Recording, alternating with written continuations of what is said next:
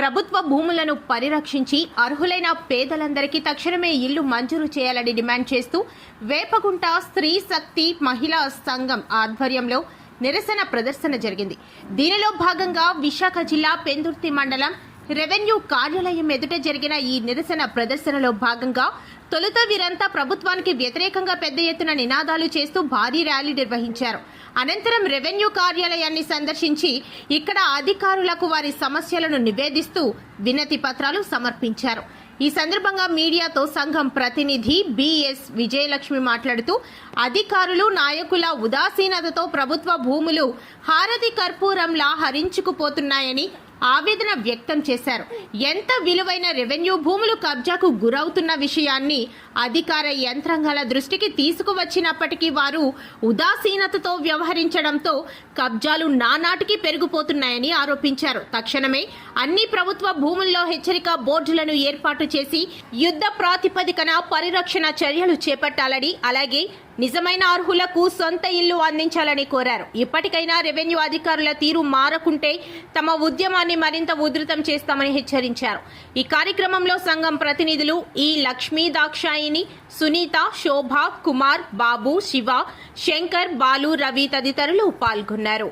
మహిళా సంఘం మేము 15 సంవత్సరాల నుంచి సంతోష్ నగర్ వేపగుంట పరిధిలో ఉన్నటువంటి చీమలాపల్లి భూముల్ని, ప్రభుత్వ భూముల్ని, దేవస్థానం భూముల్ని కబ్జాదారుల నుండి 15 సంవత్సరాల నుంచి దాడులకు గురయ్యి రాజకీయ నాయకులను ఎదుర్కొని ఆ భూములు కాపాడుకుంటూ వస్తున్న క్రమంలో ప్రభుత్వం మాకు అర్హతను బట్టి మా పేద బడుగు బలహీన వర్గాలకి చెందినటువంటి వాళ్ళని ఇళ్ల పనులు, కూలీ పనులు చేసుకున్నటువంటి పేద మహిళలమి మమ్మల్ని గుర్తించి మాకు అర్హతను బట్టి మాకు మేమేమే భూములు అయితే కాపాడామో ఆ భూముల్లో మాకు నివాస హక్కుని కల్పిస్తారు, స్కీమ్ ద్వారా మాకు ఇల్లులు కట్టించి మాకు ఇస్తారు అని చెప్పి ఆశతో మేము ఎదురు చూస్తున్నామండి. ఎన్ని ప్రభుత్వాలు మారినా మా బ్రతుకులు, మా తలరాతలు మారలేదు. కాబట్టి ఇప్పుడు చెప్తున్నాము, ఎవరెవరు వచ్చి ఎక్కడెక్కడి నుంచి వచ్చి అర్హత ఇల్లులు ఉన్న వాళ్ళు కూడా, అర్హత లేని వాళ్ళు కూడా వచ్చి కబ్జాలు చేస్తున్నారు. అది రాజకీయ నాయకులు అండ, లేదా మన రెవెన్యూ డిపార్ట్మెంట్ కూడా చూసి చూడనట్టు చాప కింద నీరులాగా వ్యవహారాన్ని చూస్తున్నారు.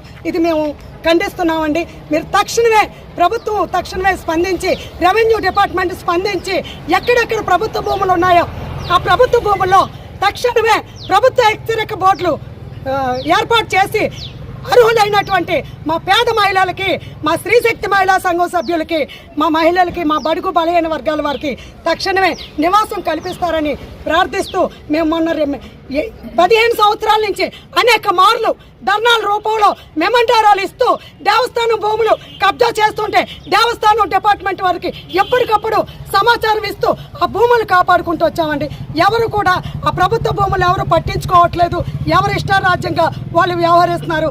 దీనిపై తక్షణమే ప్రభుత్వం స్పందించి తగు చర్యలు తీసుకొని ప్రభుత్వ హెచ్చరిక బోర్డులు పాటించి ఏర్పాటు చేసి మా బడుగు బలహీన వర్గాల వారికి మాకు నివాసం కల్పించాలండి.